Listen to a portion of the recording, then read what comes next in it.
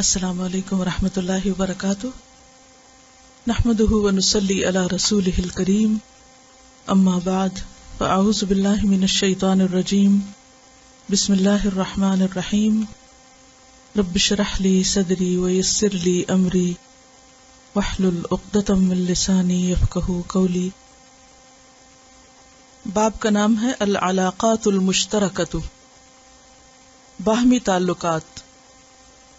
علاقات علاقت ان کی جمع ہے۔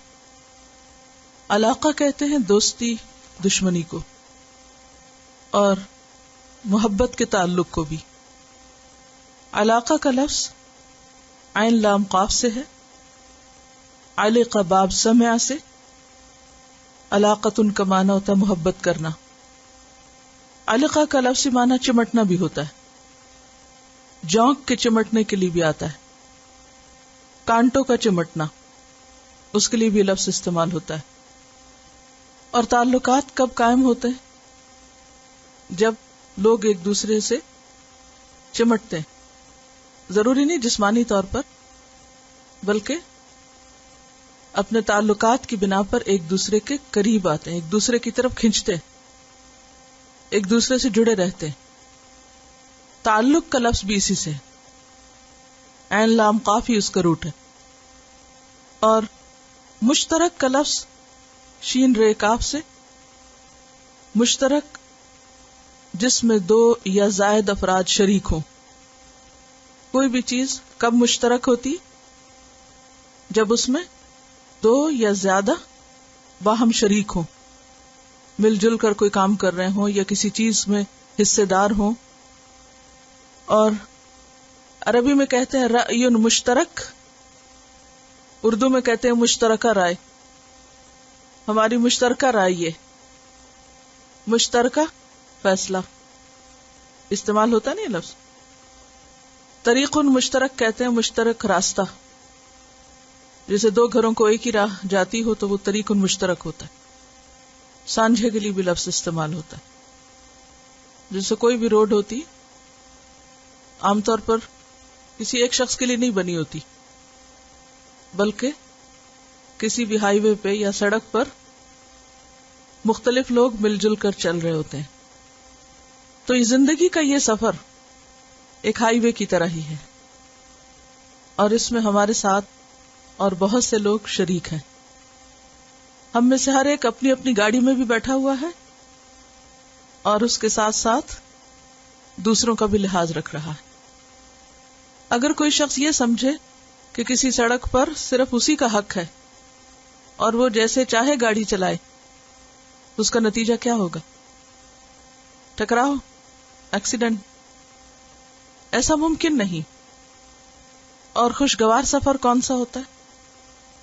خوشگوار ڈرائیونگ کون سی ہوتی ہے؟ جس میں آپ کے ساتھ چلنے والے خود بھی محتاط ہوں اور آپ کو بھی راستے کا حق دے رہے ہوں۔ تو باہمی تعلقات کی خوبی اور بھلائی کو اگر آپ ایک اچھی ڈرائیونگ سے تشبیہ دیں تو بہت سی چیزیں خود بخود آپ پر کھل جائیں گی۔ اور اگر آپ ایک اچھے ڈرائیور نہیں ہیں تو خود کو بھی ہلاکت میں ڈالیں گے اور دوسرے بھی آپ سے نقصان اٹھائیں گے۔ اپنی سیفٹی کے لیے، اپنی بھلائی کے لیے اور دوسروں کے فائدے کے لیے، زندگی کے شاہراہ پر چلنے کے لیے کچھ اصول اور ضابطوں کو مد نظر رکھنا ضروری ہے۔ جو انسان ان ضابطوں کا لحاظ اور پاس نہ رکھے، وہ خود کو بھی نقصان دیتا ہے اور دوسروں کو بھی نقصان دیتا ہے۔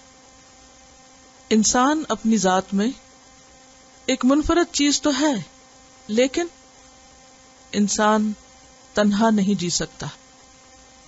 انسان اللہ کا محتاج بھی ہے اور اس کے ساتھ ساتھ بندوں کا ضرورت مند بھی ہے، بندوں کا محتاج بھی ہے۔ کوئی شخص کتنا بھی اس بات کا دعویٰ کرے کہ میں ہر کام انڈیپینڈنٹلی کر سکتا ہوں اور اپنے سب کام خود کر سکتا ہوں تاکہ میں اپنی مرضی کے مطابق جی سکوں، تو ایسا ممکن نہیں۔ کامیاب انسان وہ ہے جس کا تعلق اپنے خالق کے ساتھ بھی اچھا ہو اور اس کا تعلق بندوں کے ساتھ بھی بہتر ہو، اچھا۔ اس دنیا میں رہتے ہوئے انسان کو مختلف طرح کے انسانوں سے واسطہ پڑتا ہے. کچھ انسان اس کے دوست اور رشتہ دار ہوتے ہیں، کچھ انسان دین و مذہب کے رشتے میں بندھے ہوئے ہوتے ہیں، اس کے ہم خیال ہوتے ہیں دینی اعتبار سے. کہیں انسان کسی کاروباری تعلق میں بندھا ہوا ہوتا ہے، اور کہیں انسان وقتی طور پر لوگوں کے ساتھ اکٹھا ہوتا ہے اور پھر الگ ہو جاتا ہے. ایک کامیاب انسان، سکسیسفل انسان ان تمام تعلقات میں اعتدال قائم رکھتا ہے. جہاں وہ خون کے رشتوں کا لحاظ اور پاس رکھتا ہے، وہاں وہ دینی اور مذہبی بنیادوں پر قائم ہونے والے رشتوں کا بھی خیال رکھتا ہے، اور اس کے ساتھ ساتھ باقی انسانیت اور باقی مخلوق کا بھی حق دیتا ہے.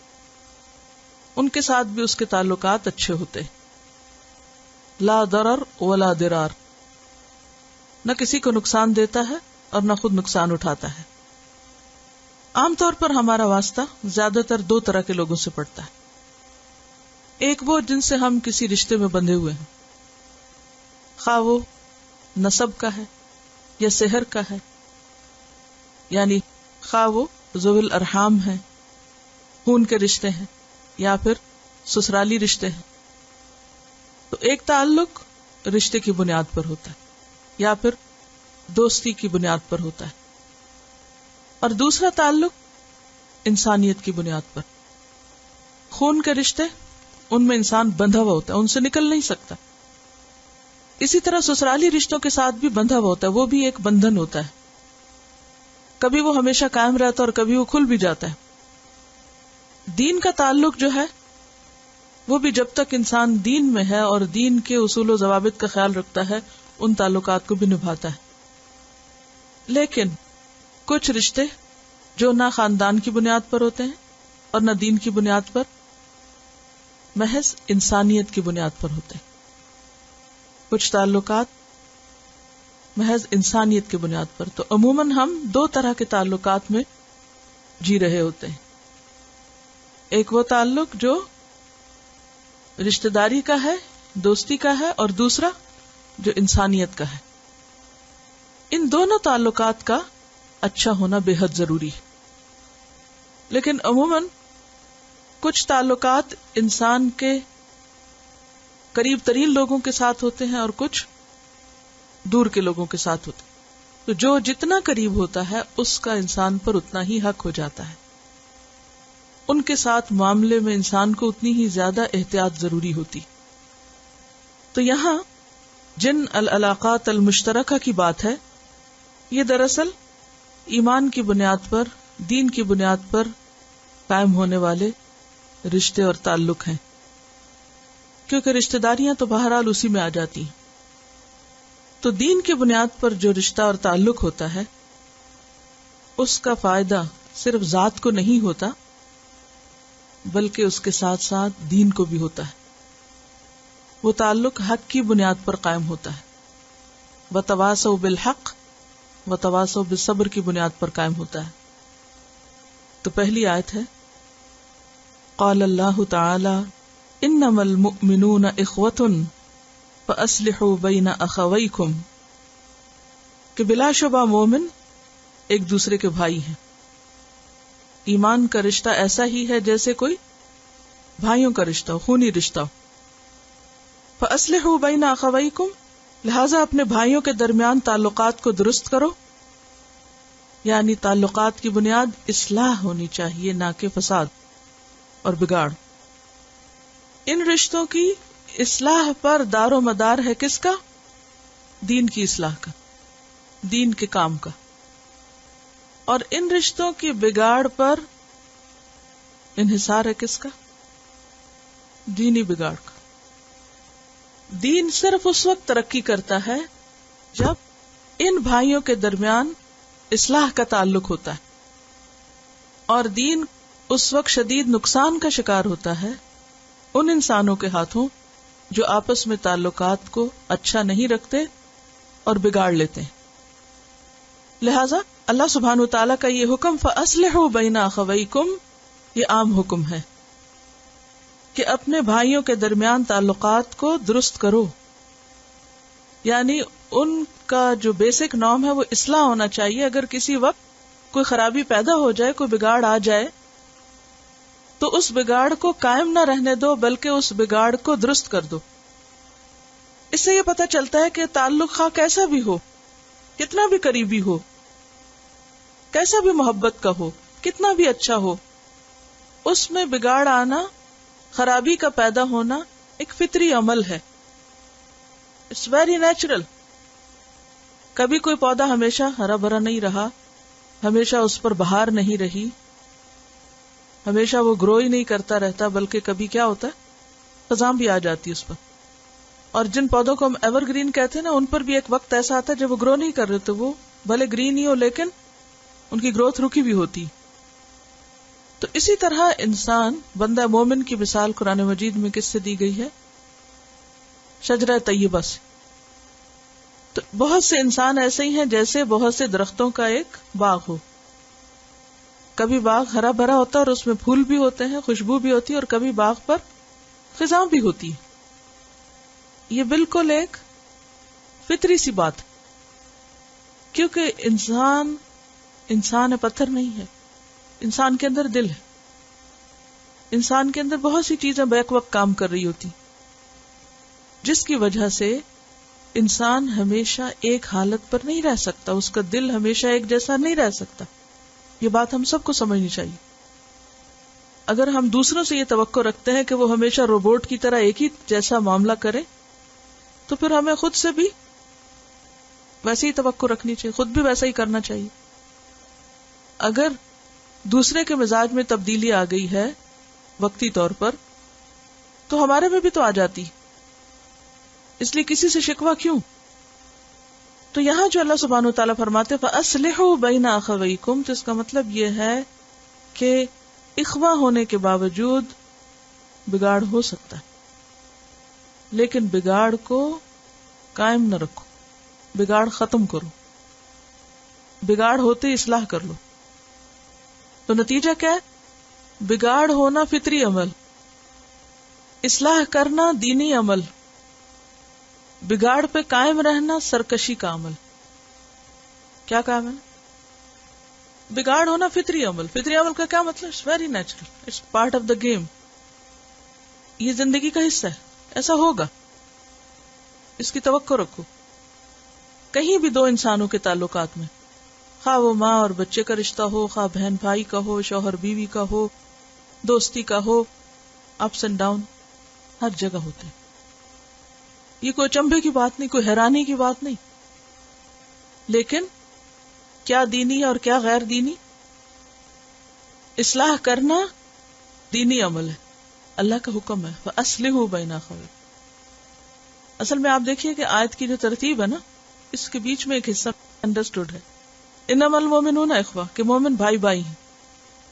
مسنگ کیا ہے کہ کبھی کبھار بھائیوں میں اختلاف ہو سکتا ہے، ناراضگی ہو سکتی. فَأَصْلِحُوا بَيْنَ أَخَوَيْكُمْ، تو پھر کیا کرو؟ اصلاح کر دو بھائیوں کے درمیان. تو اصلاح کرنا اللہ کا حکم ماننا ہے، اللہ کا حکم ماننا، یہ دینی عمل ہے. اور بگاڑ پر قائم رہنا، ضد کرنا، جمے رہنا، یہ سرکشی ہے، یہ شیطانی عمل. تو اچھے تعلقات کیسے ڈیولپ ہو سکتے ہیں، کب قائم رہ سکتے ہیں؟ جب انسان اصلاح کرتا رہے، اور اصلاح کا یہ عمل مسلسل ہوتا رہے، چلتا رہے، رک نہ جائے. لیکن اگر کوئی شخص کسی فطری عمل کی وجہ سے کسی بات پر دوسرے سے ناراض ہو جائے، اور پھر وہ ہمیشہ کے لیے روٹ کے بیٹھ جائے، اور وہ مان کر نہ دے، اور پھر صلح کرنے میں اپنی سبکی سمجھے، سبکی کیا ہوتا ہے؟ بے عزتی، اس کو اپنی بے عزتی سمجھے یا اپنی انا کے خلاف سمجھے، تو یہ سراسر ایک شیطانی اثر ہے اس پر، اور یہ دین کے خلاف عمل. اس لیے یہ دعا بھی سکھائی گئی. قال اللہ تعالی ربنا اغفر لنا ولاخواننا الذین سبقونا بالایمان. اور دعا مکمل کیسے ہوتی ہے؟ ولا تجعل فی قلوبنا غلا للذین آمنوا ربنا انک رؤوف رحیم. اے ہمارے رب، بخش دے ہمارے لیے اور ہمارے ان بھائیوں کے لیے ان کی بھی بخشش فرما دے جو ایمان میں ہم سے سبقت لے گئے، جو ہم سے پہلے ایمان لے آئے. تو سکھایا کیا گیا کہ ہر بعد کی جنریشن صرف اپنے لیے نہیں، اپنے سے پہلوں کے لیے بھی دعائیں مانگے کہ اللہ ہمیں بخش دے اور ہم سے پہلے ایمان والوں کو بھی بخش دے، اور ہمارے دل میں ایمان والوں کے خلاف کسی قسم کی کوئی غل نہ رکھ، کوئی برے جذبات نہ رہے، کوئی بغض یا کینہ یا عداوت یا نفرت وہ باقی نہ رہے، ہمارے دل ان کی طرف سے صاف کر دے. یہی اصلاحی عمل کہ انسان خود بھی کوشش کرے اور اس کے ساتھ ساتھ کیا کرے؟ دعا. پہلی آیت میں عملی کوشش کے لیے کہا گیا اصلحوا بین اخویکم، اور دوسری آیت میں دعا مانگنے کے لیے کہا گیا کہ ایک طرف انسان کوشش کرے اور دوسری طرف اللہ سے دعا کرے. سوال یہ پیدا ہوتا ہے کہ حسن اخلاق کے ضمن میں باہمی تعلقات کی اصلاح کی بات کیوں کی جا رہی؟ کیا اس کی مناسبت بنتی؟ حسن خلق کیا ہے؟ اچھی عادات کا اجتماع. تو اخلاق جو ہے یہ اعلیٰ انسانی کردار ہے، اعلیٰ درجے کا کردار، اور اچھے انسان کی جو ایک تصویر ذہن میں آتی ہے وہ کیا ہے کہ وہ اعلیٰ کردار کا مالک ہو. اور اعلیٰ کردار کا مالک ہونے کے لیے کیا ضروری ہے کہ انسان کے باہمی تعلقات اچھے. یعنی انسان کا کردار کہاں سے جھلکتا ہے، کردار کا کہاں سے پتہ چلتا ہے کہ اس کے تعلقات لوگوں کے ساتھ کیسے، اس کے تعلقات اپنے رب کے ساتھ کیسے، اس کے تعلقات اپنے رشتہ داروں کے ساتھ کیسے، بہن بھائیوں کے ساتھ کیسے، شوہر بیوی کے ساتھ کیسے ہیں، بچوں کے ساتھ کیسے ہیں، ہمسایوں کے ساتھ کیسے ہیں، معاشرے کے کمزور طبقے کے ساتھ، یتیم و مسکینوں کے ساتھ کیسے ہیں. تو کسی بھی شخص کا اخلاق اور کردار ثابت ہی نہیں ہوتا جب تک کہ اس کے لوگوں کے ساتھ تعلقات اچھے نہ ہوں.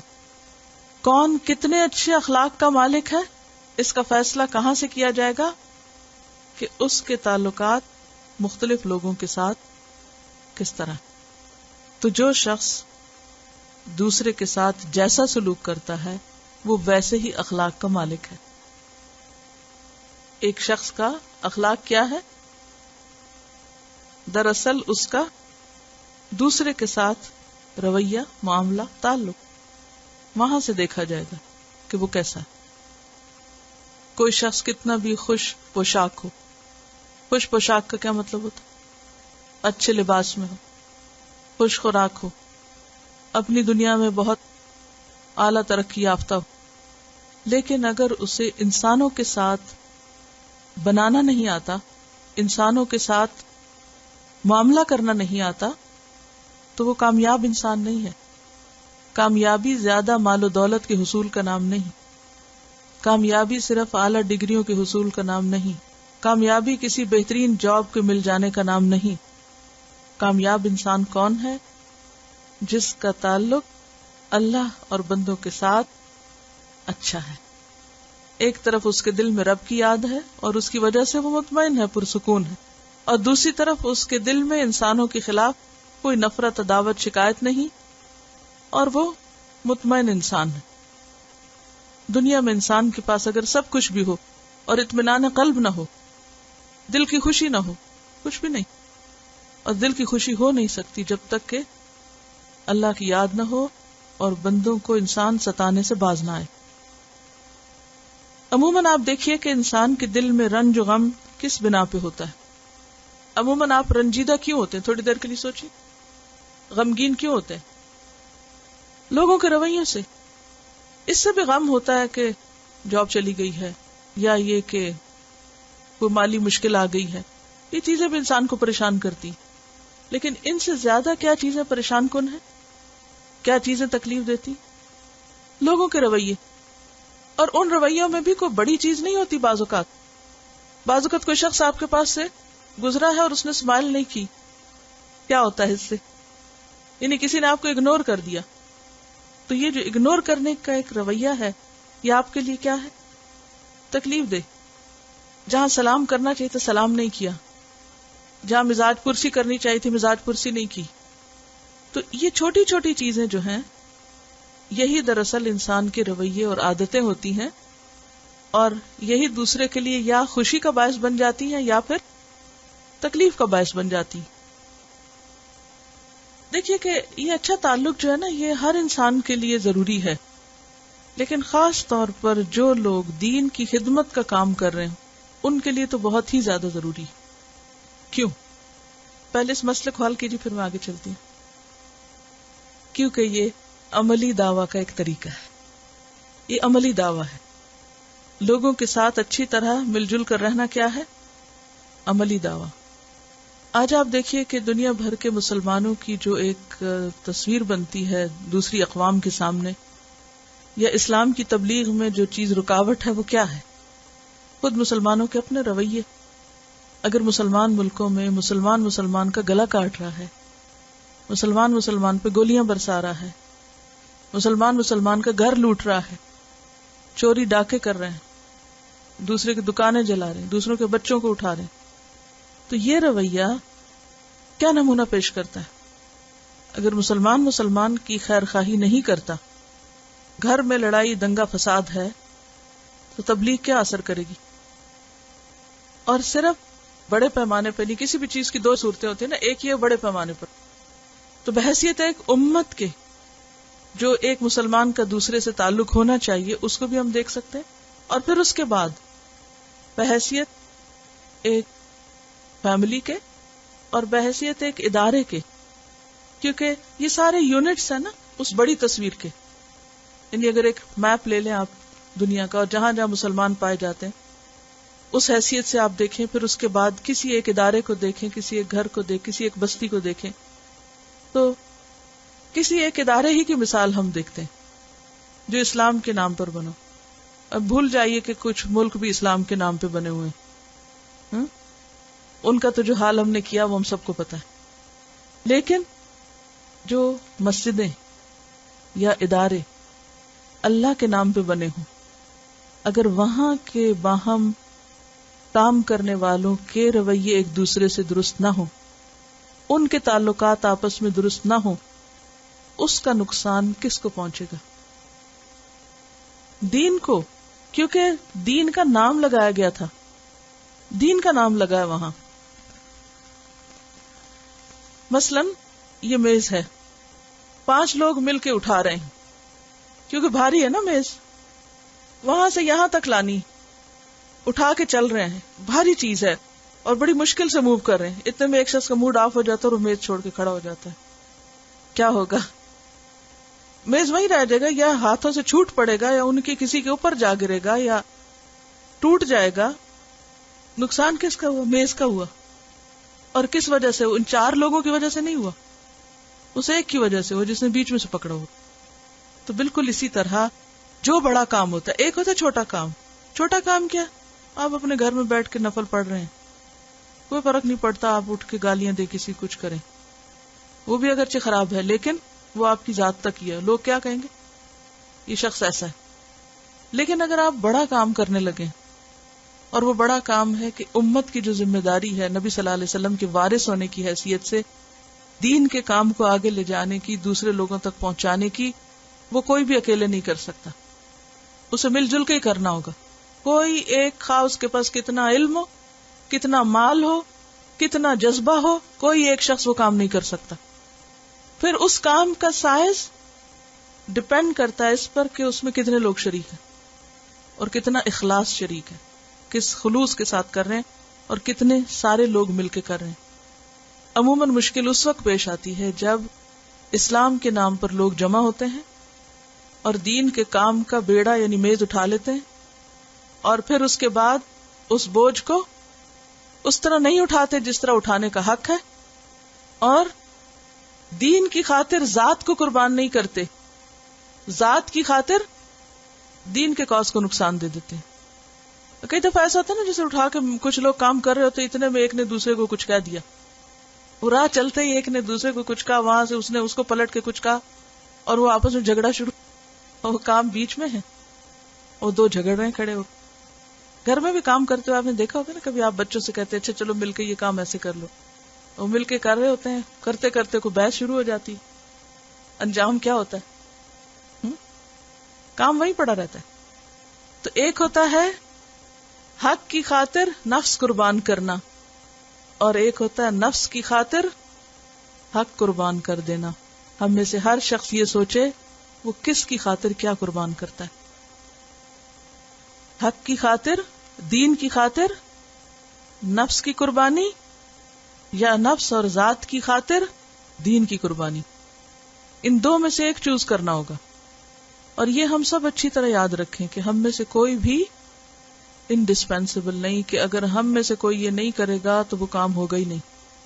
جب ہم اپنے آپ کو بڑی چیز سمجھنے لگتے ہیں کہ ہم ہی سب سے زیادہ اہم ہیں اور میرے بغیر تو یہ کام ہو ہی نہیں سکتا، تو یہ ایک شیطانی وسوسہ ہوتا ہے. ہم سے بڑے بڑے ہر اعتبار سے کتنے لوگ دنیا میں آئے اور سب چلے گئے، کوئی ایک بھی نہیں رہا، لیکن کیا یہ کام رکا؟ نہیں رکا. جیسے تیسے بھی حق ہم تک پہنچتا رہا. ہم نہیں ہوں گے تب بھی دوسروں تک پہنچے گا، ہم نہیں ہوں گے تب بھی یہ خدمت دین ہوگی، یہ آگے جائے گا، کیونکہ اللہ نے اس کو تمام کرنے کا وعدہ کر رکھا ہے. تو فائدہ کس کا ہے؟ سراسر اس شخص کا جس نے اپنی آخرت کے لیے اس میں حصہ ڈالا اور اپنے نفس کے شر سے بچا رہا اور کسی بھی وجہ سے اس کاز کو نقصان نہیں دیا، چاہے اس کے کتنے بھی حق مارے جائیں. کیونکہ ایک چیز کو پانے کے لیے دوسرے کی قربانی کرنی پڑتی.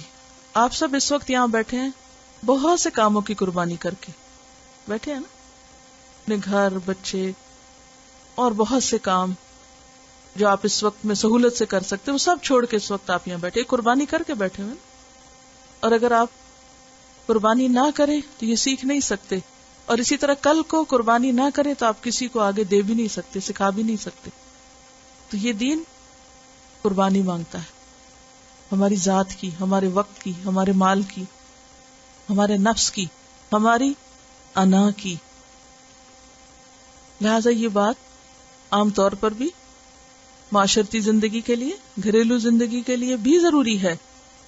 امت کے ایک فرد ہونے کی حیثیت سے بھی ضروری ہے کہ امت کے مختلف حصوں کے تعلقات باہم اچھے ہوں، لیکن خاص طور پر، خصوصی طور پر ان افراد کے لیے، اس ٹیم کے لیے، اس گروہ کے لیے جو ایک بڑا مشن اور بڑا کاز لے کر اٹھی. اس کے بغیر یہ کام ہو ہی نہیں سکتا. یہ افراد کے نہیں، فرد کے نہیں، جماعت کے مل جل کر کرنے کا کام ہوتا ہے. جس طرح کوئی بھی کمپنی ایک شخص پر تھوڑی مبنی ہوتی. کمپنی کا معنی ہی کیا ہے؟ کمپنی کس کو کہتے ہیں جی؟ گروپ آف پیپل ہوتا ہے نا، چاہے دو ہو مشترک، چاہے 2 لوگ ہوں یا 3 ہوں یا 5 ہوں یا 10 ہوں. کوئی کمپنی قائم رہ سکتی اگر اس کے کام کرنے والے پھوٹ کا شکار ہو جائے؟ نہیں. تو یہاں بھی العلاقات المشترکہ میں ضروری ہے کہ باہمی تعلقات بندوں کے ساتھ، اور بندوں میں سے بھی ایمان والے بندوں کے ساتھ، اور ایمان والوں میں سے بھی ان بندوں کے ساتھ جو مل جل کر کسی بھی جگہ پر رہ رہے ہوں، مل جل کر کوئی بھی کام کر رہے ہیں، اور خصوصاً ٹاپ پر کیا ہے؟ دین کا کام کر رہے ہیں. مثلا مسلمان مل جل کر بہت سے کام کر سکتے ہیں، کھیتی باڑی مل جل کے ہو رہی ہے، یا کوئی دکان چلائی جا رہی ہے، کوئی بزنس چلایا جا رہا ہے، یا اور کوئی کام مل کے کیے جا رہے ہیں. لیکن ان سب کاموں میں سے جو اہم ترین کام ہے، جس میں ذاتی اغراض نہیں، دین ہی کی ترقی مطلوب ہے، وہ دین کی خدمت اور دین کو آگے پہنچانے کا کام، اس کے لیے اتنا ہی زیادہ خالص ہونا ضروری ہے. چلیے حدیث نمبر ہے 163 163. عن ابی ہریرہ عن رسول اللہ صلی اللہ علیہ وسلم المؤمن مرآۃ المؤمن والمؤمن اخو المؤمن یکف علیہ ضیعتہ ویحوطہ من ورائہ. رواہ ابی داؤد کتاب الادب. سیدنا ابو ہریرہ رضی اللہ عنہ رسول اللہ صلی اللہ علیہ وسلم سے روایت کرتے ہیں، مومن مومن کا آئینہ ہے، اور مومن مومن کا بھائی ہے. وہ اس کے نقصان کو روکتا ہے اور اس کے پیچھے اس کی حفاظت کرتا ہے. لفظی وضاحت دیکھیے، ان ابی ہریرہ، ابو ہریرہ سے روایت ہے، ان رسول اللہ، وہ رسول اللہ صلی اللہ علیہ وسلم سے روایت کرتے ہیں، آپ نے کیا فرمایا؟ المؤمن، مؤمن مرآت، آئینہ ہے، المؤمن مومن کا، ایک مومن دوسرے مومن کا آئینہ ہے، مرر ہے، والمؤمن، اور مؤمن اخو المؤمن، مومن کا بھائی ہے، ایک جگہ آئینہ فرمایا دوسری جگہ بھائی کہا، یکف علیہ، روکتا ہے اس پر، کفو کا کیا معنی ہوتا ہے؟ کفا یکف، کف ہتھیلی کو کہتے ہیں نا، قرآن مجید میں بھی آتا ہے، یکف علیہ، روکتا ہے اس پر، دیعتہ، اس کے نقصان کو، دیعتہ کا لفظ ہے نا داع یدیع سے ہے، دیعتن ضائع ہونا، بیکار ہونا، دیعہ جائیداد کو بھی کہتے ہیں، پراپرٹی کو، یکف علیہ دیعتہ، وہ اس پر نقصان آنے سے روکتا ہے، یعنی اگر اس کو کوئی نقصان ہونے والا ہو تو کیا کرتا ہے؟ روک لیتا ہے، وَيَحُوتُهُ مِن وَرَائِهِ، اور نگہبانی کرتا ہے اس کی، حاط یحوت، حوتن کہتے ہیں نگہبانی کرنے کو، حفاظت کرنے کو، گھیر لینے کو، اسی سے لفظ احاطہ ہے، وَاللَّهُ مِن وَرَائِهِمْ مُحِيطٌ، احاط کل شیء علما، تو احاطہ کرنا، تو یحوتہ، حفاظت کرتا ہے اس کی، گھیر لیتا ہے اس کو، من ورائہ، اس کے پیچھے سے، پیچھے سے کسی کی حفاظت کرنا کیا ہے؟ یعنی لفظی معنوں میں آپ دیکھیے کہ جیسے پیچھے سے کسی کو گھیر لینا، اس کو ہاتھ دے کے روک لینا کہ کوئی اور چیز اس کو پیچھے سے، خاص طور پر اس لیے بھی کہ انسان کو اپنے پیچھے کی خبر نہیں ہوتی کہ پیچھے سے کیا آ رہا ہے، لیکن کوئی اور دیکھ رہا ہے تو آگے بڑھ کے اس چیز کو روک کے، کف کا لفظ ہے نا ہتھیلی سے، یعنی وہ اپنے ہاتھ آگے کر لیتا ہے کہ نہیں نہیں اس کو کچھ نہ ہو۔ جب آپ نے حج یا عمرے پر دیکھا ہوگا کہ کچھ لوگ جب کنکریاں مارنے کے لیے جا رہے ہوتے ہیں یا طواف کے لیے جا رہے ہوتے ہیں تو وہ جو کمزور ہوتے ہیں یا ان سے چھوٹے بچے یا کچھ، تو ان کو اپنے ہاتھوں کے اندر اندر لے کے جا رہے ہوتے ہیں کہ ان کو کوئی نقصان نہ پہنچے، کوئی دھکا نہ پڑ دے، گر نہ جائیں، کچھ اور نقصان نہ ہو۔ تو یہاں پر آپ دیکھیے کہ پہلے جو آئینے سے مثال دی گئی کہ مومن کے لیے آئینہ ہے، تو اب ذرا امیجن کریں آئینے کے سامنے کھڑے ہوں، تو جب آپ آئینے کے سامنے کھڑے ہوتے ہیں تو آئینہ آپ کے لیے کیا کرتا ہے؟ پہلی چیز، جیسے آپ ہوتے ہیں ویسا ہی آپ کو دکھاتا ہے، نہ کم نہ زیادہ، سچ بولتا ہے آپ سے، آپ کے عیب چھپاتا نہیں، آپ کو دکھا کر آپ کو موقع دیتا ہے کہ آپ اس کی اصلاح کر لیں۔ مثلاً آپ نے آئینہ دیکھا اور آئینے نے آپ کو بتایا کہ وہ آپ کے گال پہ کچھ لگا ہوا ہے، تو آپ آئینہ توڑ نہیں دیتے، آپ کیا کرتے ہیں؟ فوراً اس کو ہٹا دیتے اور اس کے شکر گزار ہوتے ہیں ایک طرح سے کہ شکر ہے میں نے دیکھ لیا۔ پھر یہ ہے کہ آئینہ بدنیت نہیں ہوتا، زیادتی نہیں کرتا، ظلم نہیں کرتا، عیب کی اصلاح تو کرتا، اشتہار نہیں دیتا، بس اتنی دیر کے لیے ہی عیب دکھاتا ہے جتنی دیر کے لیے وہ آپ کے سامنے ہوتا ہے، اور اس کے بعد وہ اپنے اندر تصویر جذب کر کے نہیں رکھ لیتا، بلکہ کیا کرتا ہے؟ آپ ہٹے اس کے آگے سے اور وہ بالکل صاف، جیسے کچھ تھا ہی نہیں۔ تو مومن کا آئینہ ہے کہ اگر کوئی ایک مومن دوسرے کو اس کی غلطی بتاتا ہے تو وہ بس دیر اینڈ دین ختم کر کے بات ختم کر دیتا ہے، یہ نہیں کرتا کہ اندر اس کے جیسے کوئی کیمرے نے اس کو کیپچر کر لیا ہو تو کیپچر کر کے کہیں سٹور نہیں کر لیتا کسی میموری میں، بلکہ وہیں ختم کر دیتا ہے۔ یعنی مومن پھر مومن کے لیے دل میں گرج نہیں رکھ لیتا کہ اچھا اس نے فلاں موقع پر مجھے یہ بات کہی تھی، لہذا اب وہ پکی ٹھک گئی دل میں۔ اور بنیادی طور پر اس بات کے کہنے کا مطلب یہ ہے کہ مومن کے لیے انتہائی خیر خواہ ہوتا ہے، اور خیر خواہی کا تقاضا کیا ہوتا ہے؟ کسی کی خیر خواہی کا تقاضا کیا ہے کہ جب آپ اس میں کوئی غلطی دیکھیں، خرابی دیکھیں تو اس کو بتائیں یا اگنور کر دیں؟ بتا دیں۔ بعض لوگ کسی کے اندر کوئی خرابی دیکھیں گے تو ہنسنا شروع کر دیں گے یا مذاق اڑانے لگیں گے یا ایک دوسرے کو اشارے کریں گے۔ عموماً کیا ہوتا ہے؟ اس کو نہیں بتاتے، ادھر ادھر بتاتے رہتے ہیں۔ مثلا بعض اوقات ایسا ہوتا ہے کہ کسی کا کوئی کپڑا ادھڑا ہوا ہوتا ہے یا کہیں سے کوئی کٹ لگا، کوئی ننگا ہو رہا ہوتا ہے، یا یہ کہ پہلے لوگ چٹیا کے ساتھ پراندہ ڈالتے تھے تو وہ کھل جاتا تھا، تو پیچھے سے کوئی چپکے سے کھول دیتا تو وہ یعنی ایک عیب کی بات ہے نا. یا ازار بند پہن دیتے تو لٹک رہا ہوتا تھا، تو وہ اس کو نہیں بتاتے تھے بلکہ کیا کرتے تھے، اشارہ کر کے دوسرے کو متوجہ کیا یا مذاق اڑایا.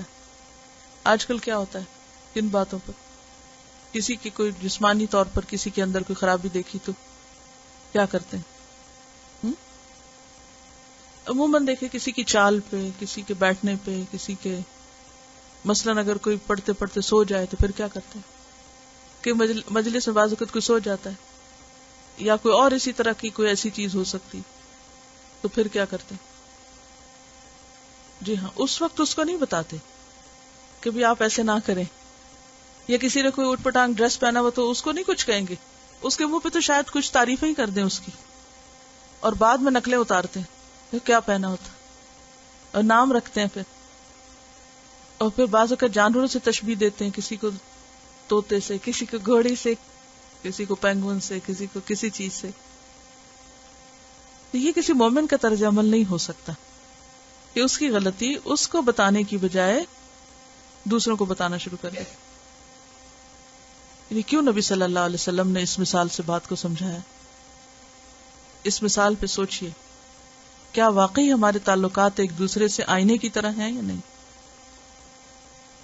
بہت اچھی انہوں نے بات کی کہ جیسے گروپ میں پریزنٹیشن کے دوران جو توجیہ کی جاتی ہے، ایک دوسرے کو اس کی غلطیاں بتائی جاتی ہیں بولنے کے انداز پہ یا معلومات کے بارے میں یا کچھ اور، تو عموماً اس کو پرسنلی نہیں لیا جاتا بلکہ ویلکم کیا جاتا ہے، اس کو مائنڈ نہیں کرتے بلکہ اس کو اصلاح کے طور پر لے کر اس سے اپنی بہتری کی کوشش کرتے ہیں.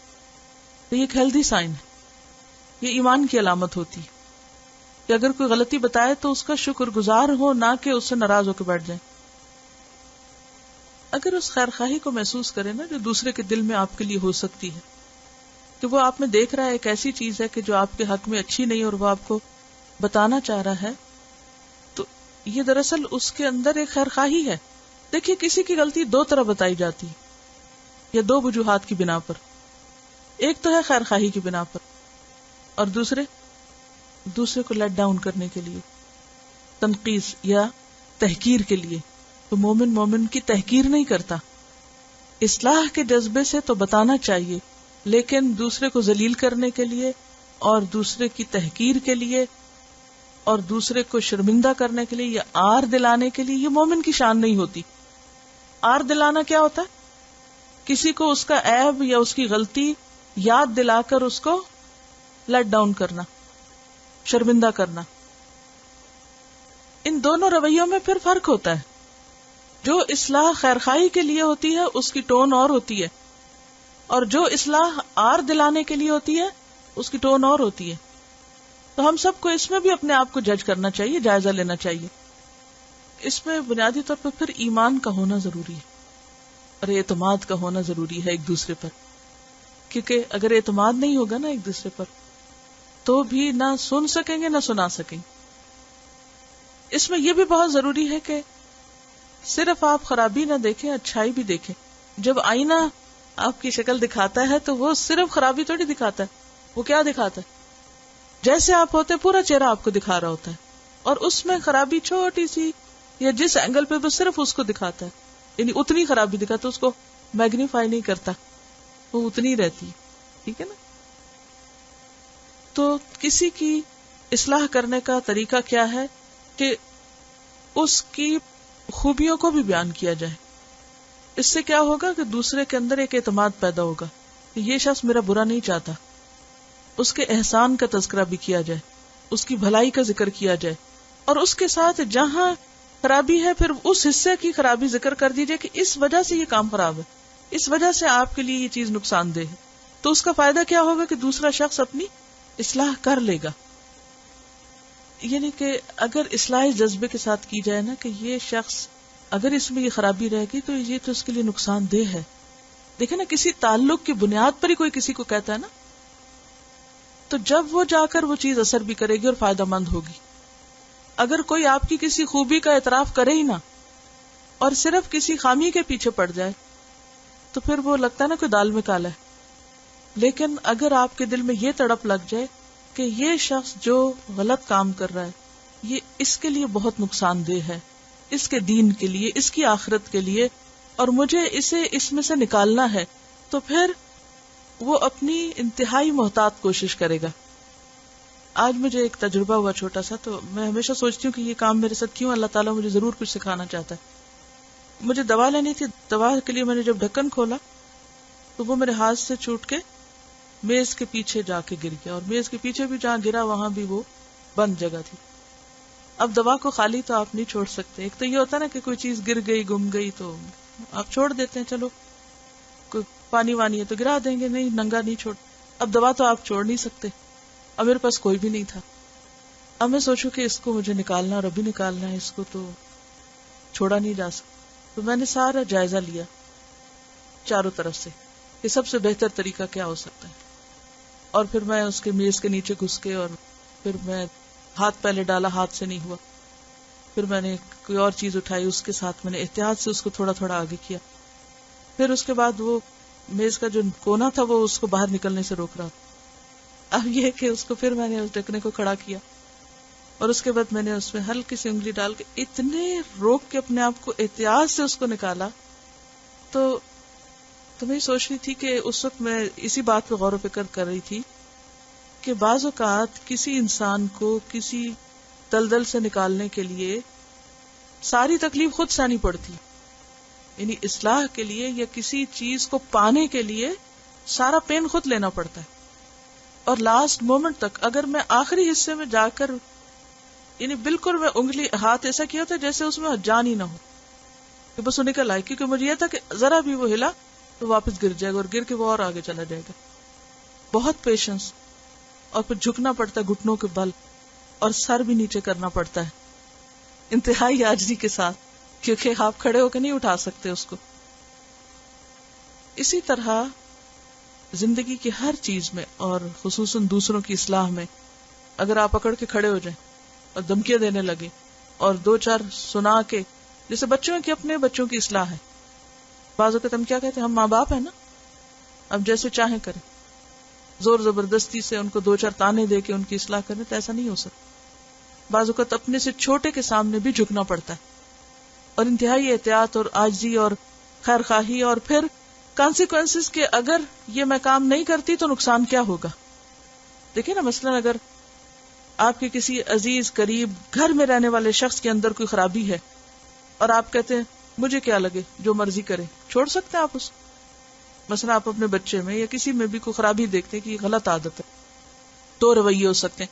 ایک یہ جو اس کا جی چاہے کرے، مجھے کوئی پرواہ نہیں، اور دوسرا کیا ہے، یعنی مجھے اس کے اندر سے یہ نکالنا ہے. آپ کے لیے اور اس کے لیے دونوں میں سے کون سی آپشن بہتر ہے؟ آپ اگر اگنور کر دیں گے تو وہ خرابی وہاں بڑی سے بڑی بڑی بڑی ہوتی چلی جائے گی، اور وہ خرابی اتنی بڑھ جائے گی کہ صرف اس کو نہیں آپ کو بھی نقصان دے گی. مثلا اگر بچہ نماز نہیں پڑھتا فار ایگزامپل، اور آپ یہ کہ میں تو کہہ چکی ہوں نہ پڑھے نہیں پڑھتا، اب تو خود عقل مند ہے، میرا کیا فرض بنتا ہے کہ میں ہر وقت تو خیر کہنے سے نہیں بات بنتی، اس کے لیے پھر پلاننگ کرنی پڑے گی اور بہت سے سٹیپ سے گزرنا پڑے گا. تو آپ یہ نہیں کر سکتے کہ اچھا نہیں کرتا تو نہ سی، کوشش چھوڑ نہیں سکتے، کیونکہ اس کا وہ کام نہ کرنا ایک دن آپ کے لیے بھی نقصان دہ ہو جائے گا. اور دوسری کیا ہے، آپ دوسری آپشن لیتے کہ نہیں مجھے اس کے اندر سے اس عادت کو ختم کرنا. اب یہ اتنا آسان کام نہیں، اب کیا ہے، ٹرسٹ ڈیولپ کرنا پڑے گا، ایسا معاملہ کرنا پڑے گا کہ بات اثر کرے، پوری طرح اپنا آپ قربان کرنا پڑے گا. ہم کیا چاہتے ہیں، اصلاح بھی ہو جائے اور ہماری مرضی بھی مانی جائے، تو بعض اوقات اس طرح نہیں ہو سکتا. اسی لیے آپ دیکھیں کہ نبی صلی اللہ علیہ وسلم کا اپنے مدعوین کے ساتھ کیا معاملہ تھا، اہل مکہ کے ساتھ کیا معاملہ تھا. ہر چیز صحیح، لیکن گیو اپ نہیں کیا، آخر دم تک کوشش جاری رکھی. تو مومن جو ہے، مومن کا آئینہ ہوتا ہے. یہ ہو نہیں سکتا کہ وہ اس کے اندر خرابی دیکھے اور وہ خود چین سے سو جائے اور اسے کوئی فکر ہی نہ ہو اور اس کو کوئی پرواہ ہی نہ ہو اور وہ بالکل اپنی ایک الگ دنیا بسا لے. نہیں، اسے لازماً دوسرے کو بتانا ہے، یعنی آئینہ کر کہہ کے لازم کر دیا کیونکہ آئینے کا تو کام ہی کیا ہے؟ دیکھیں نا، آئینے کا کیا کام ہے؟ آئینہ دیکھنے کے لیے ہوتا ہے اور آئینہ دکھاتا ہی ہے. اور ایک اور روایت ہے، ادب الدین والدنیا ایک کتاب ہے بصری کی، تو اس میں آتا ہے المؤمن مرآۃ المؤمن اذا رأى فیہ عیبا اصلحہ، کہ جب وہ اس میں عیب دیکھتا ہے تو اس کی اصلاح کرتا ہے. تو یہاں بھی المؤمن مرآۃ المؤمن، تو مراد کیا ہے کہ جب وہ اس میں کوئی عیب دیکھتا ہے تو وہ اس کی اصلاح کرتا ہے. اور آئینہ کسی برائی کے جذبے یا بدنیتی سے عیب نہیں دکھاتا اور نیچا نہیں دکھاتا، بعد میں نفرت نہیں رکھتا. اور انسان آئینے کی بات مان لیتا ہے. جو شخص آئینے کی بات نہ مانے، یا آئینہ توڑ دے، یا آئینہ چھپا دے، یا آئینے کے اوپر کپڑا ڈال دے، تو وہ اپنا ہی نقصان کرتا ہے. اور یہاں مزید کیا فرمایا؟ یکف علیہ دیعتہ، وہ اس کے نقصان کو اس سے روک دیتا ہے. ایک نقصان تو عام نقصان ہے کہ کوئی بھی اس کو تکلیف یا نقصان ہونے لگے تو کیا کرتا ہے؟ وہ انٹرفیئر کرتا ہے اور وہ نقصان ہٹاتا ہے کہ نہیں نہیں ایسا نہیں کرو. مثلا اس کے خلاف کوئی بات کر رہا ہوتا ہے تو وہ اس کو چپ کرا دیتا ہے اور اس کے پیچھے سے اس کی نگرانی کرتا ہے. یعنی اس کی غیبت کسی سے نہیں سنتا، بلکہ اس کے بارے میں کلمات خیر کہتا ہے. ایک تو اس کانٹیکس میں، اصلاح کے کانٹیکس میں. اور دوسرا کیا ہے کہ یکف علیہ دیعتہ، کہ وہ کسی بھی طرح اس کے نقصان سے ہاتھ روکتا ہے. یعنی خود بھی نہیں نقصان دیتا اس کو اور دوسروں کو بھی نقصان دینے سے منع کرتا ہے. یہ ہے ایک مومن کا دوسرے مومن کے ساتھ تعلق. اب ذرا تھوڑی دیر کے لیے سوچئے کہ اگر سارا معاشرہ ایسا ہی ہو جائے، گھر کے افراد ایسے ہو جائیں، کسی ادارے میں رہنے والے لوگ ایسے ہو جائیں کہ وہ ایک دوسرے کی خیر اور بھلائی ہی چاہیں، نہ خود نقصان دیں، نہ خود جڑیں کاٹیں، نہ خود لگ پلنگ کریں، اور نہ کسی اور کو کرنے دیں. کوئی اور کرنے لگے تو اس کو بھی روک دیں. تب دیکھیے کہ دنیا بھی جنت بن جائے. اور جنت میں جانے والوں کے لیے ضروری ہے کہ وہ ان خوبیوں سے مالا مال ہوں.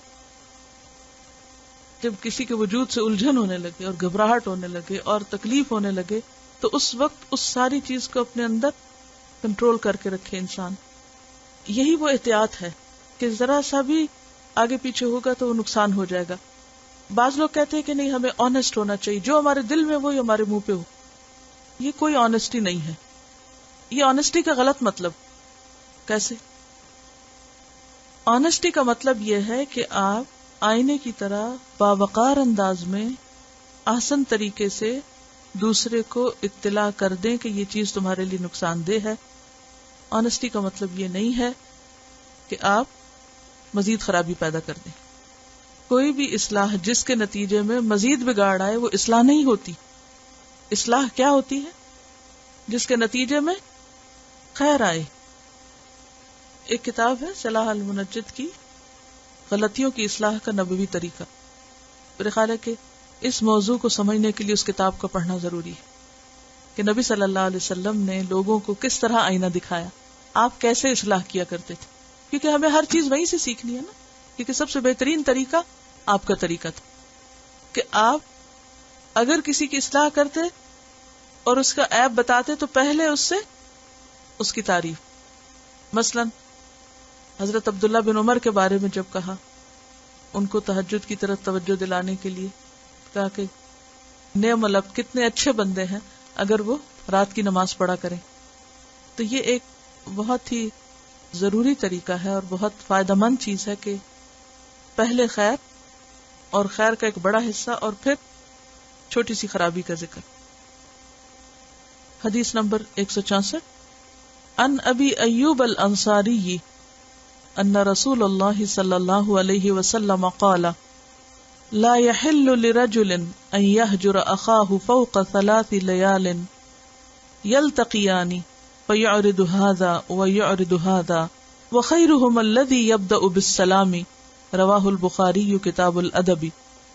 سیدنا ابو ایوب الانصاری رضی اللہ عنہ سے روایت ہے کہ رسول اللہ صلی اللہ علیہ وسلم نے فرمایا، کسی شخص کے لیے جائز نہیں کہ اپنے کسی بھائی سے 3 دن سے زیادہ کے لیے ملاقات چھوڑ دے.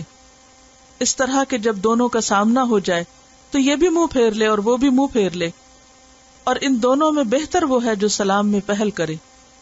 لفظی وضاحت، عن ابی ایوب الانصاری، ابو ایوب الانصاری رضی اللہ عنہ سے روایت ہے، ان بے شک رسول اللہ صلی اللہ علیہ وسلم نے قال فرمایا، لا یحل حلال نہیں، جائز نہیں، لرجل کسی شخص کے لیے، ان یہ کہ یہجرہ چھوڑ دے ہجرت سے، اخاہ اپنے بھائی کو، یعنی مومن بھائی کو، فوق اوپر، ثلاث تین لیال راتوں کی، 3 رات سے زیادہ اس سے تعلق قطع کر دے، اس کو چھوڑے رکھے، یعنی بات چیت نہ کرے۔ یلتقیانی وہ دونوں باہم ملے، فیعرض تو اعراض برتے، منہ پھیر لے، ہاذا یہ، ویعرض اور منہ پھیر لے، ہاذا وہ، یعنی یہ بھی منہ پھیر لے اور وہ بھی منہ پھیر لے، ایک دوسرے سے منہ موڑ کے اگنور کر کے نکل جائیں۔ وخیرہما اور ان دونوں میں سے بہتر، اچھا، الذی وہ ہے جو یبدأ ابتدا کرے بالسلام، سلام کے ساتھ، یعنی اللہ کی نظر میں وہ زیادہ اچھا ہے جو سلام میں پہل کر لے۔ رواہ البخاری، بخاری نے اس کو روایت کیا اور کتاب الادب میں ہے یہ روایت۔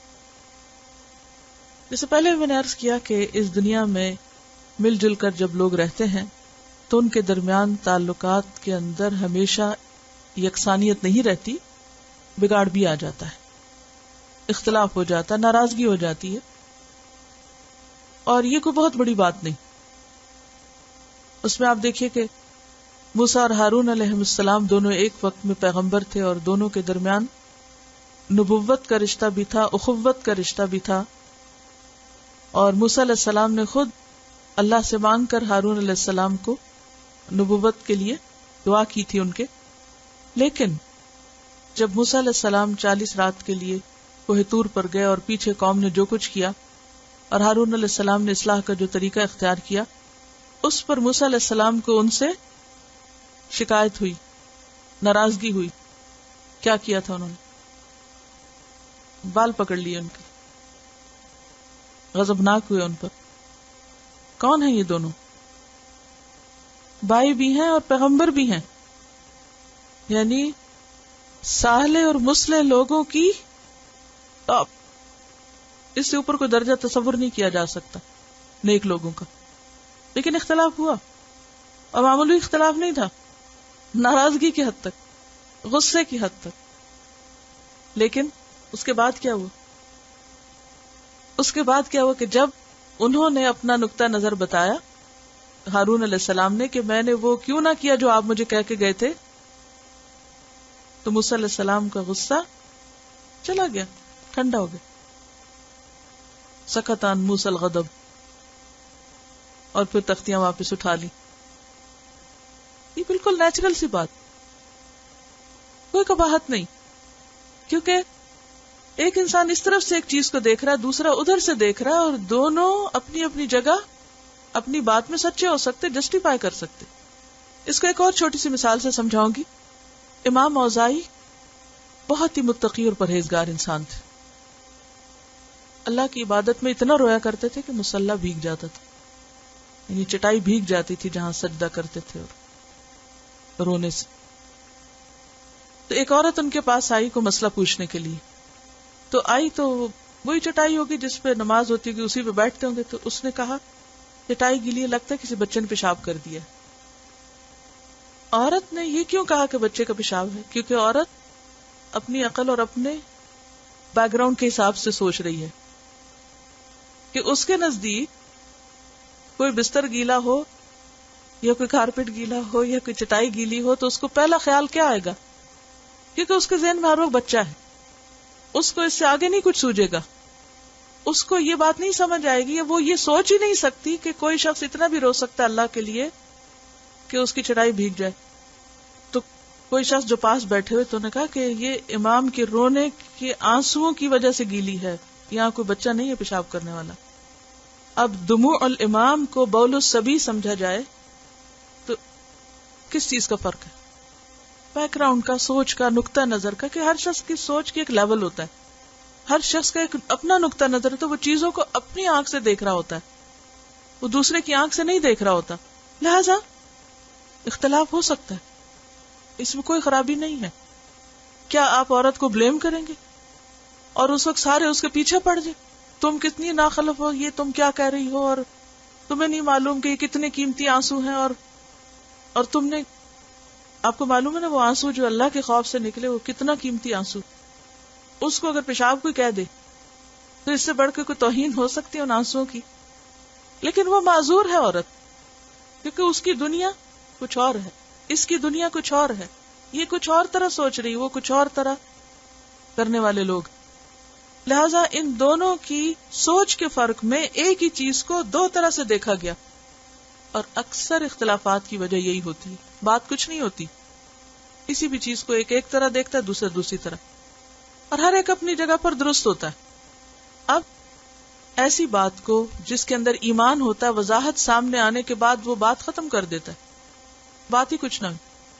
آپ کو معلوم ہے کہ حضرت عمر رضی اللہ تعالی عنہ کے دور میں جو زمینیں فتح ہو رہی تھی ان کی تقسیم کا مرحلہ تھا، اور اس میں صحابہ کرام کے درمیان اختلاف ہوا. کسی کے واقع یاد کیا اختلاف تھا؟ یعنی جب ایران، عراق یہ سب فتح ہوئے ہیں، زمینیں آ رہی تھی، تو اس سے پہلے طریقہ کار کیا تھا نبی صلی اللہ علیہ وسلم کے زمانے میں، کہ جو بھی مال غنیمت آتا تھا، جو چیزیں آتی تھی، آپ اس کو کس میں تقسیم کر دیتے؟ لوگوں میں تقسیم کر دیتے تھے. اب کیا ہوا کہ حضرت عمر کے دور میں تو بہت زیادہ وہ فتوحات ہوئی. اب اگر اسی پرانے طریقے پر حضرت عمر اس کو تقسیم کرتے تو نتیجہ کیا ہوتا کہ کچھ لوگوں کے پاس تو بہت بڑی بڑی جائیدادیں آ جاتی، اور باقی لوگ جو مثلا بعد میں مسلمان ہوتے یا ان علاقوں کے لوگ مسلمان ہوتے تو ان کے پاس تو کچھ نہ رہتا. اب ایسے میں صحابہ کرام آپس میں بحث کر رہے ہیں، ایک بات کہتا ہے، دوسرا کہتا ہے. حضرت بلال حضرت عمر کے ساتھ بہت زیادہ آرگیو کر رہے ہیں کہ ایک موقع پر حضرت عمر تنگ آ کہتے یا اللہ میری طرف سے تو بلال کے لیے کافی ہو، میں نہیں اس کے ساتھ معاملہ کر سکتا. نہیں، اتنا شدید قسم کا کلیش ہو گیا. لیکن قرآن مجید کی ایک آیت جب حضرت عمر ہی کے ذہن میں آئی اور انہوں نے آ کر پڑھی، سب صحابہ کرام اس کے آگے جھک گئے اور انہوں نے حضرت عمر کی رائے کو درست سمجھا، اور اس کے بعد کوئی اختلاف باقی نہیں رہا. کسی نے دوسری بات ہی نہیں کی، کسی نے کوئی تعویل ہی نہیں کی. میں نے کہا کہ ہاں یہ تو حکم قرآن میں موجود ہے، بات ختم. صحابہ کرام کے درمیان ایک بات میں نہیں، بے شمار باتوں میں اختلاف. لیکن جب اللہ کا حکم آ جاتا تھا، مثلا نبی صلی اللہ علیہ وسلم کی وفات کے موقع پر کیا ہوا، حضرت عمر کیا کہہ رہے تھے؟ جو یہ کہے گا کہ اللہ کے رسول صلی اللہ علیہ وسلم فوت ہو گئے میں اس کی گردن اڑا دوں گا. کوئی کچھ کہہ رہا تھا، کوئی کچھ. حضرت ابو بکر رضی اللہ تعالیٰ عنہ نے آ کر جب آیت پڑھی ما محمد الا رسول قد خلت من قبل الرسل، تو لوگوں نے کیا کہا کہ ہمیں لگا کہ جیسے یہ آیت آج ہی اتری ہو، اس سے پہلے ہم نے کبھی پڑھی نہ ہو. اس کے بعد کسی نے کوئی اختلاف کیا نہیں، سب اکٹھے ہو گئے. تو یہ اختلاف رائے اور چیزوں کے بارے میں نقطہ نظر کا فرق یہ بڑی معمولی چیزیں، یہ زندگی کا حصہ، اس سے کوئی بھی بچ نہیں سکتا. لیکن ان چیزوں کے اوپر جم جانا اور اڑ جانا اور ان کو انا کا مسئلہ بنا لینا اور پھر اصلاح کر کے نہ دینا اور حق سامنے آنے کے باوجود بھی اس کو قبول نہ کرنا اور اپنے نفس اور اپنی رائے اور اپنی ذات کو آگے رکھنا اور ذات کی خاطر دین کا نقصان کر دینا، یہ بندہ مومن کی شان نہیں ہوتی. تو جو بگاڑ پہ قائم رہتا ہے وہ خود پرستی کے مرض کا شکار ہوتا ہے. وہ کس مرض کا شکار ہے؟ خود پرستی. خود کو حق سے اونچا سمجھتا ہے. اور جو مومن ہوتا ہے وہ حق کا نقصان نہیں کر سکتا، وہ حق سامنے آتے ہی جھک جاتا ہے. اور اللہ کے پیارے خود کو نمایاں کرنے کا شوق نہیں رکھتے کہ ہماری ہی بات مانی جائے اور ہمارا ہی مشورہ ضرور قبول کیا جائے. انہیں کس سے غرض ہوتی ہے کہ کوئی بھی خیر اور بھلائی کا کام ہو تو جو دین کے فائدے میں وہ ہو جائے، اور پھر کیونکہ جو کچھ وہ کرتے ہیں اللہ کے لیے کرتے ہیں، اگر کہیں غلط فہمی ہو جائے تو تعلقات بہتر کرنے میں بھی پہل کر لیتے ہیں، دیر نہیں لگاتے. اللہ کی خاطر ہر دوسری چیز اگنور کر دیتے ہیں. وہ حق پرست ہوتے ہیں. وَإِذَا سَمِعُوا مَا أُنزِلَ إِلَى الرَّسُولِ تَرَىٰ أَعْيُنَهُمْ تَفِيضُ مِنَ الدَّمْعِ مِمَّا عَرَفُوا مِنَ الْحَقِّ. انہوں نے حق پہچان لیا، صحیح بات ان کو سمجھ آ گئی. لہذا کوئی شخص کسی مومن کے لیے جائز ہی نہیں کہ کسی اختلاف کے موقع پر غصے کو اور غضب کو 3 دن سے زیادہ دل میں رکھے اور پھر دوسرے شخص کو اگنور کرے اور سلام دعا بول چال بند کر دے اور ہمیشہ کے لیے روٹ کے بیٹھ جائے، اور اگر کبھی آمنا سامنا ہو تو ایک دوسرے سے کنی کترا جائے. نہیں، مومن وہ ہے جو اپنے سینے کے پتھر کو موم کرے اور دل کو زرخیز کرے، حق کو اندر آنے دے، اور اگر کسی کے ساتھ زیادتی ہو جائے یا کوئی اس سے زیادتی کر لے تو اس کو معاف کر کے درگزر کر کے دوبارہ سے تعلقات کو بالکل درست کر لے. یہ ہے مومنانہ طریقہ. وآخر دعوانا ان الحمدللہ رب العالمین. سبحانک اللہم وبحمدک نشہد ان لا الہ الا انت نستغفرک ونتوب الیک. السلام علیکم ورحمۃ اللہ وبرکاتہ.